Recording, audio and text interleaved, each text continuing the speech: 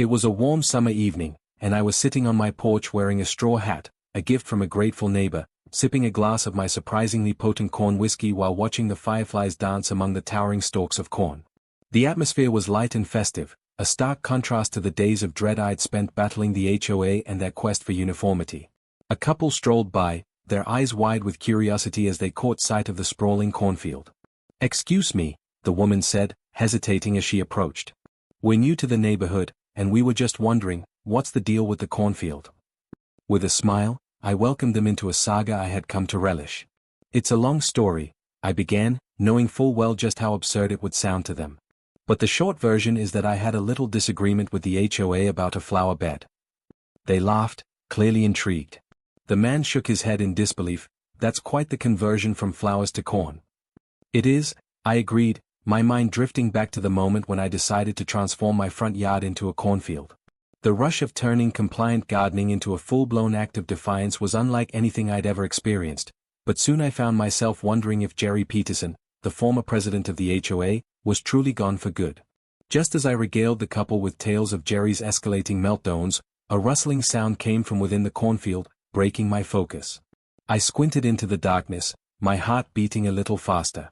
This was the hour for mischief or, heaven forbid, unexpected guests. "What was that?" I asked, suddenly feeling uneasy. "I think it came from over there," said the woman, pointing toward a particularly dense patch of corn. "Stay here," I instructed, my voice low, instinct kicking in. There was a twisting sensation in my gut. I couldn't shake the feeling that something was lurking in the shadows of my beloved crop. As I approached, the rustling escalated, a definite shuffling noise breaking the serene evening. Suddenly, a figure bolted from the cornfield, and I leaped back instinctively. My heart raced as the moonlight illuminated what appeared to be a raccoon, its small, beady eyes glinting in the light. The little troublemaker darted toward my porch, glancing back at me as if daring me to chase it away. "Oh no, you don't!" I shouted, lunging after it. But the raccoon was quicker, dashing around my feet and disappearing into the tree line with a triumphant squeak. "Is it okay?" the man asked, trying to suppress his laughter. "Just a raccoon," I admitted, feeling my pulse slow. "No big deal. But it does make me wonder, if one raccoon got in, could others follow?" Before I could finish my thought, another sound erupted from the depths of the cornfield, this time louder, accompanied by a string of muffled voices. My brow furrowed as I exchanged puzzled glances with the couple. "Did you hear that?" "Yeah, but what is it?" the woman asked, her voice tinged with trepidation. "There's definitely something going on," I murmured, wading deeper into the corn. I didn't want to believe it, but an absurd surge of protective instinct flooded me. "We better check it out." As I stepped cautiously between the towering stalks, the muffled voices grew clearer, revealing tones filled with laughter. I pushed through one last row of corn to find a group of teenagers gathered, their phones raised like cameras catching the best angles for their social media. They were taking selfies in front of a crudely painted sign that read, "Welcome to Peterson Family Farms." "Hey!" I called, the thrill of confusion replacing the initial fear. "What are you doing in my cornfield?" Startled, they turned, sheepish grins plastered across their faces. We were just checking it out," one of them stammered, glancing at the others for support. I folded my arms, realizing I was both annoyed and amused. "You know this isn't a playground, right? This is a working cornfield." "Yeah, but it's so cool," another teen chimed in. "You made a cornfield in the middle of the neighborhood. Nobody's done anything like that before. It's like a corn adventure." I couldn't help but chuckle at their enthusiasm. "Adventure, heh? Well, I suppose I have become something of a local celebrity." "But, is it true that the HOA tried to get you to remove it?" asked a girl with colorful hair. The untruths surrounding the HOA's antics spread faster than I'd anticipated, and each tale was more outlandish than the last. More or less. It's kinda why I started this cornfield in the first place. As I began recounting the saga of Jerry Peterson, I saw the teenagers hang on my every word, their expressions teetering between amusement and disbelief. What began as an encounter with raccoons transformed into a lively discussion about rebellion, creativity, and a disregard for conformity that resonated with them, giving my endless anecdotes unexpected merit. However, just as I sensed the atmosphere lifting and an impromptu gathering forming, my phone buzzed in my pocket, interrupting our burgeoning cornfield assembly. Glancing at the screen, my heart skipped a beat. An email from the HOA. Guys, I said hesitantly, I may need to take care of something. The teens exchanged glances, and a wave of intrigue washed over them. Curiosity tugged at their youthful faces. What? More HOA drama? One of them smirked.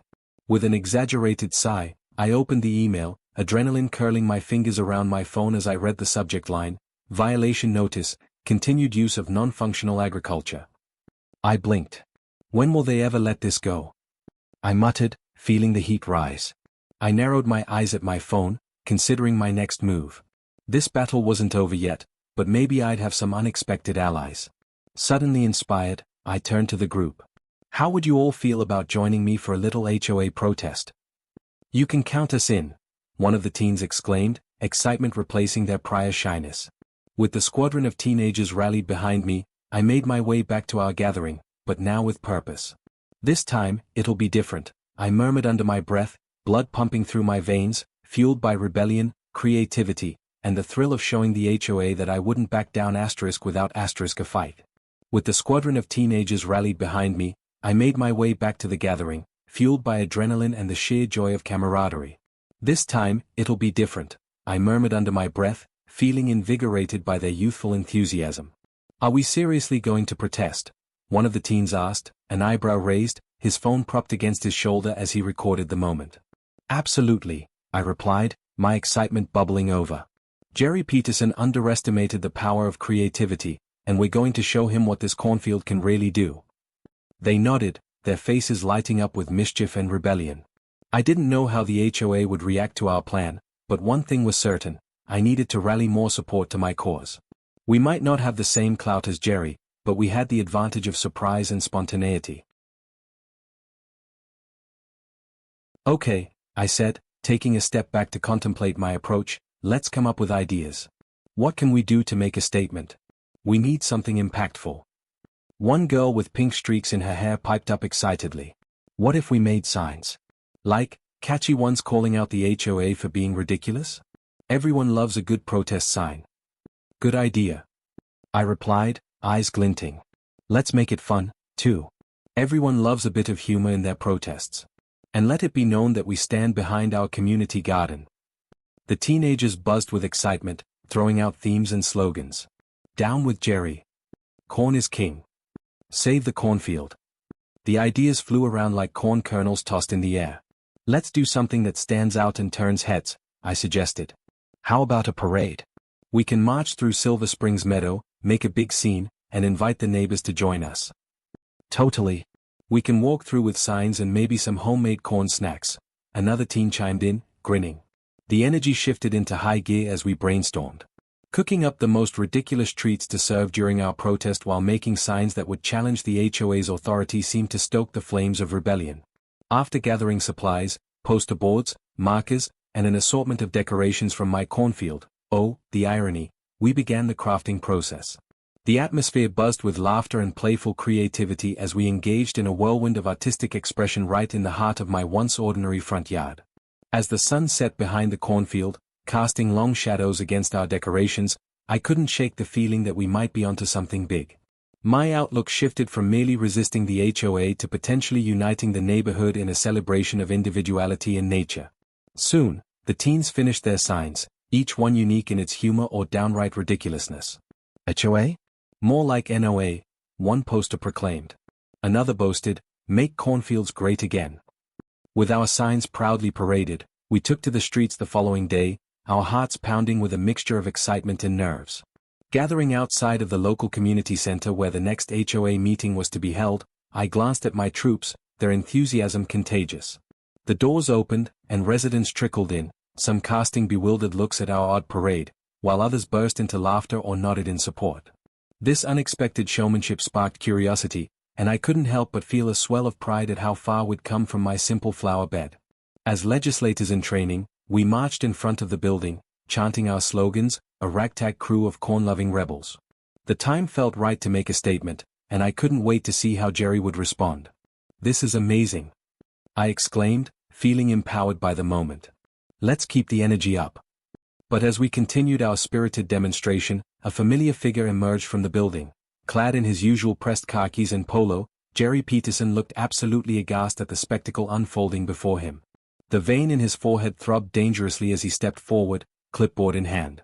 "What is the meaning of this?" he shouted, raising his voice to drown out our chants. "This is an absolute affront to the dignity of our community. You're no better than a bunch of unruly children." "Nice try, Jerry." I grinned and stepped forward. "But this asterisk is asterisk our community, Jerry. And we have every right to express how we feel about asterisk your asterisk rules." The crowd murmured in agreement, their voices rising in support. "Yeah, Jerry," a neighbor chimed in, "let him grow corn." The corners of his mouth twitched with fury and disbelief. He could sense that the tide was turning, and no longer did he have control over this situation. This time, he wasn't just facing me, he was challenging our entire neighborhood. His face turned a shade of crimson that mirrored the most vibrant sunset. "This is just nonsense. Cornfields are not what this neighborhood is about." "But they could be." I countered, feeling the momentum shift in my favor. Corn embodies individuality. It represents freedom from conformity. The teenagers cheered, rallying behind my statement, but Jerry, desperate to regain control, raised his clipboard, brandishing it like a sword while glaring at me. "I will not stand for this chaos." He paused, gathering his wits. "I propose an emergency HOA meeting to address this travesty at once." The rising enthusiasm of the crowd sent Jerry reeling backward. The whispers among neighbors shifted from confusion to unity. "More meetings?" one called out. "No thanks, Jerry. Let's keep the corn." In that moment, I knew I had won a small victory. Jerry couldn't handle the wave of support, and the laughter and jokes replaced the oppressive atmosphere he typically generated. As I exchanged smiles with my newfound allies, I realized that this was about more than just corn. It was the spark of change in Silver Springs Meadow. It was the chance for the community to come together against unreasonable expectations and share in the beauty of being different. As Jerry sputtered and fumed, the scene gradually morphed from a protest into a celebration, the laughter of children echoing softly through the air rich with possibility. People began to share their own stories of feeling restrained by the HOA, from overpruned hedges to absurdly strict pet policies. "Why shouldn't we support each other's quirks?" a neighbor shouted into the gathering throng. "Let's stand up for what makes our neighborhood vibrant." The momentum was undeniable, and each story fueled the fire of rebellion until my vision for Silver Springs Meadow spread like wildflowers through the hearts of my neighbors.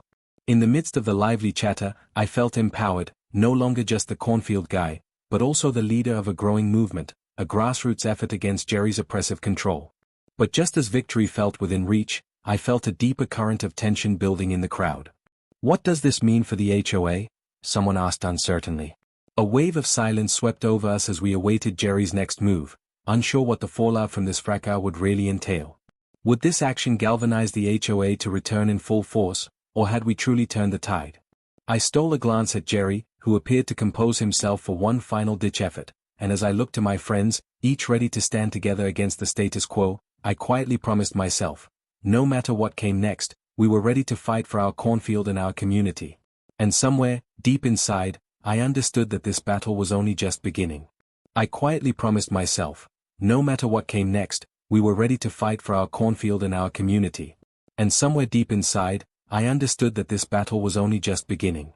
As the murmurs of uncertainty swept through the crowd, Jerry Peterson stood like a deflated balloon, his anger mixing with disbelief. The man who once wielded the power of rules now looked like he was straining at the seams, his khakis pulling uncomfortably across his waist. But behind his flustered exterior, I could see the wheels turning in his mind. Something was brewing, and it wouldn't be long before he retaliated. "Enough of this nonsense," he finally declared, regaining a semblance of authority. "You all are being misled. The HOA serves a purpose, maintaining the quality and standards of our neighborhood. This backyard farming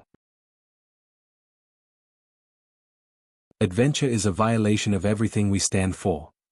"Actually," I interjected, stepping forward with confidence, "it's a celebration of what we stand for: community, individuality, and creativity. Isn't that worth upholding, too?" The crowd roared in approval, and I could see a few heads nodding in agreement, my words igniting flames of determination against Jerry's suffocating conformity. But he wasn't ready to throw in the towel just yet.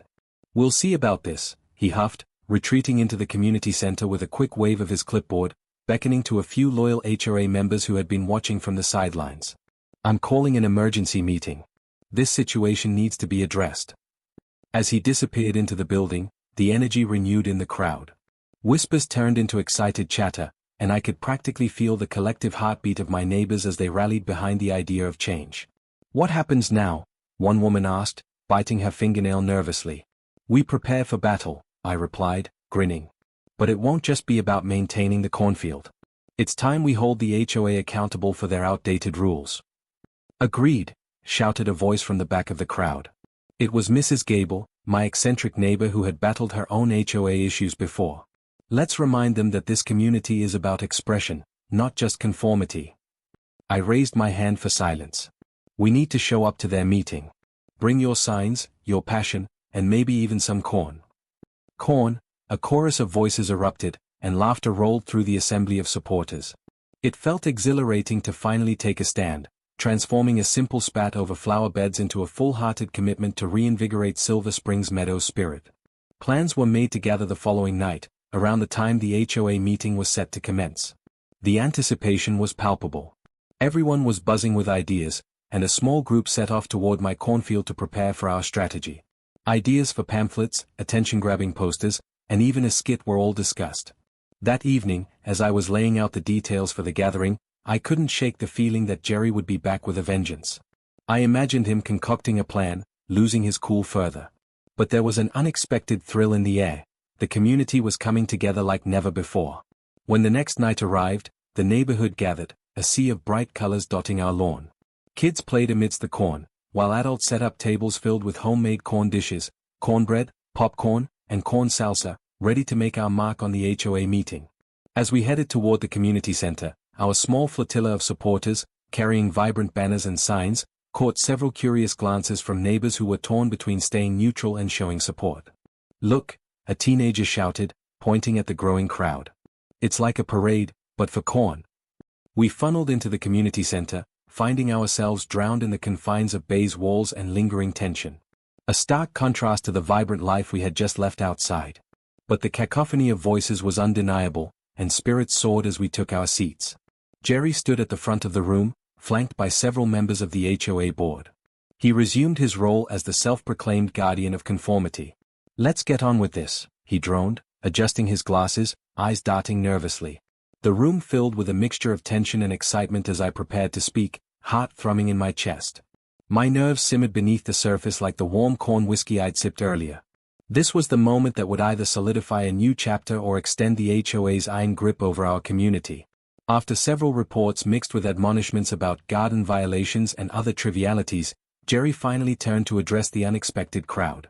"I trust that you've all heard what I have to say regarding the violation of our HOA policies concerning non-approved landscaping," he began, his voice shaky yet projecting an air of authority.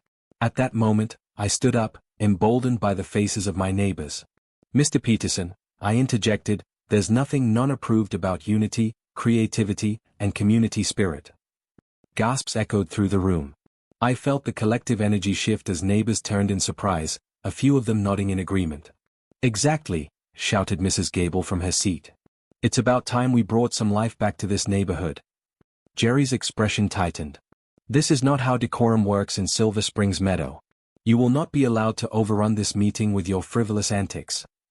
But instead of retreating, the crowd erupted into cheers, roars of encouragement fueling the moment. "We demand to be heard," shouted another neighbor. As the energy intensified, Jerry's composure faltered, and I could see the panic rise within him.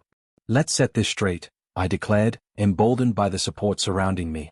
"This isn't just about my cornfield, it's about our right as homeowners to express ourselves freely. We should be celebrating each other's uniqueness and skills, not enforcing rules that strip the very essence of community spirit."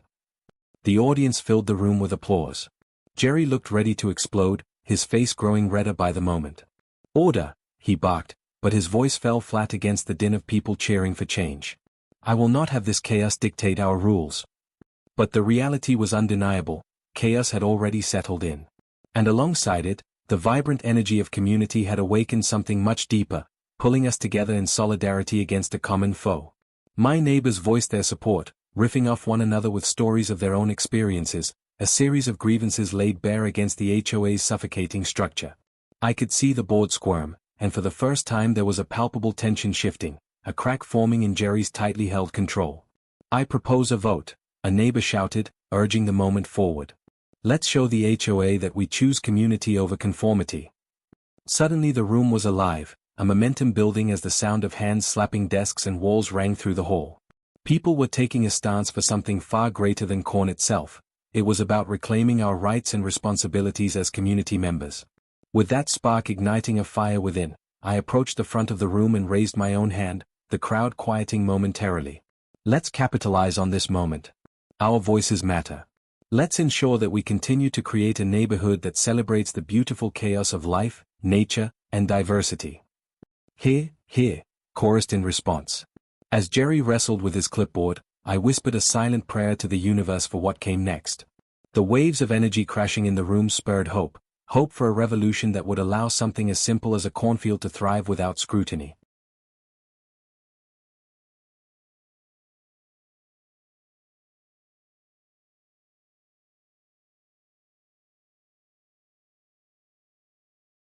The vote was imminent, and I felt a wave of determination wash over me.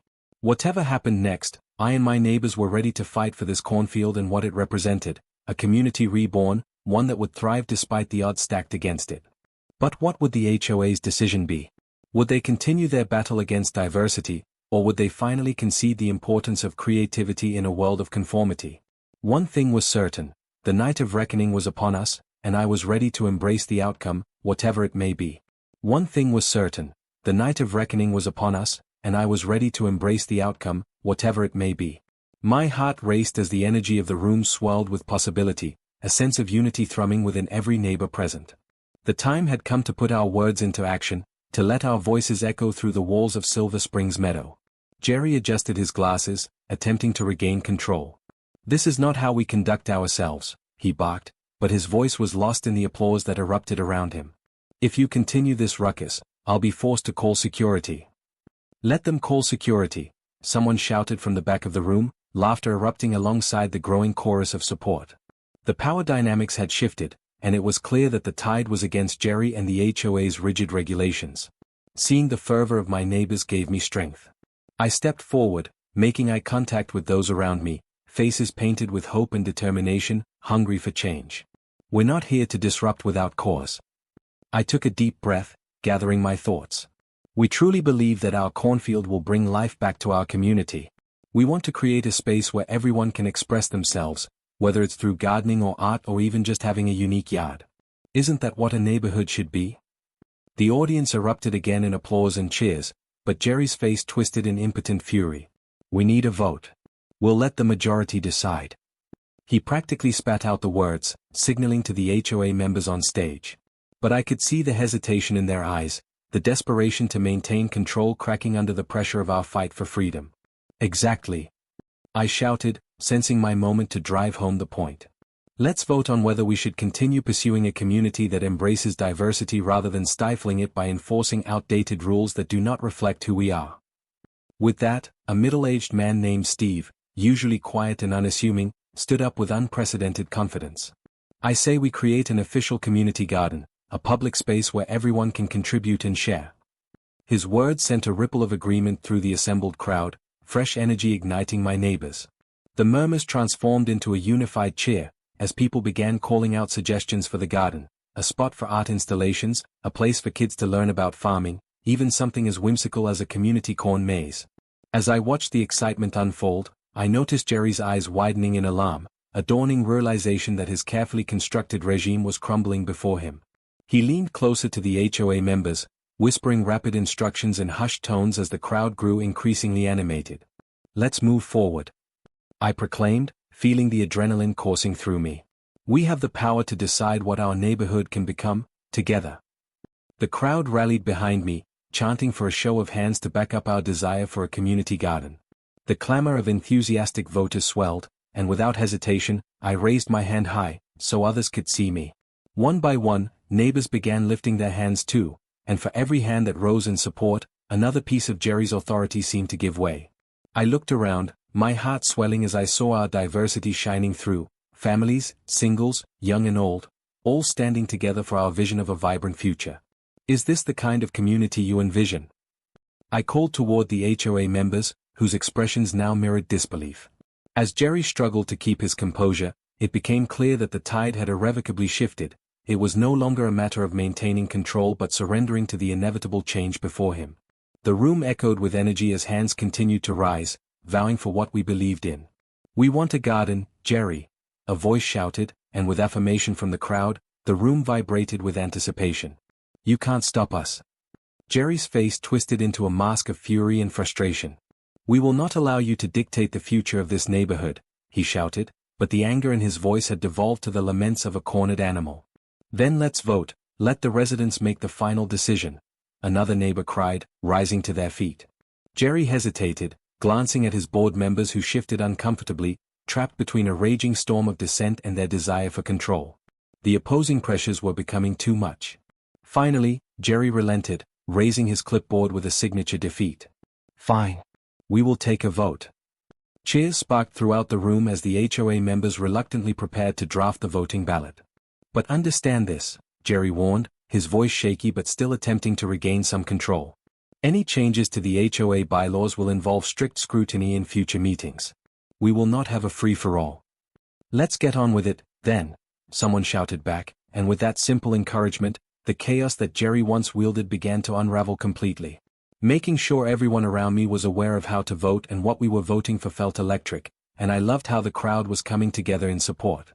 We were in the midst of creating history in Silver Springs Meadow, united behind a singular purpose, a community garden.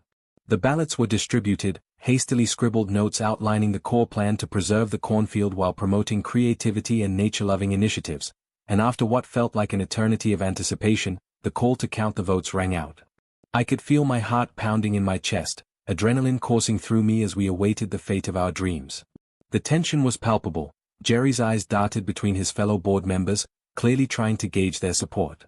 With each count, a tremor of excitement rippled through me. "We can do this," I whispered, feeling the weight of responsibility pressed down like a shield.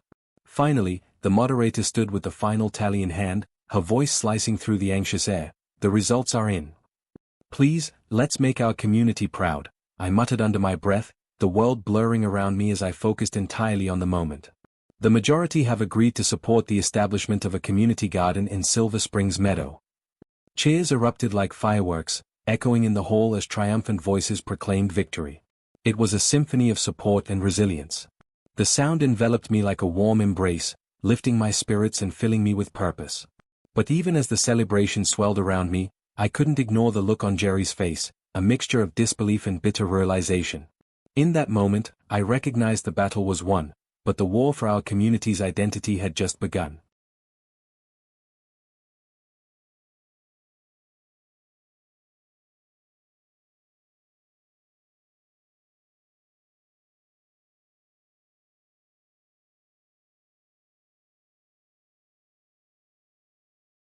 Emboldened, I made my way through the throng of elated neighbors, each smiling face a reminder of what we'd accomplish together.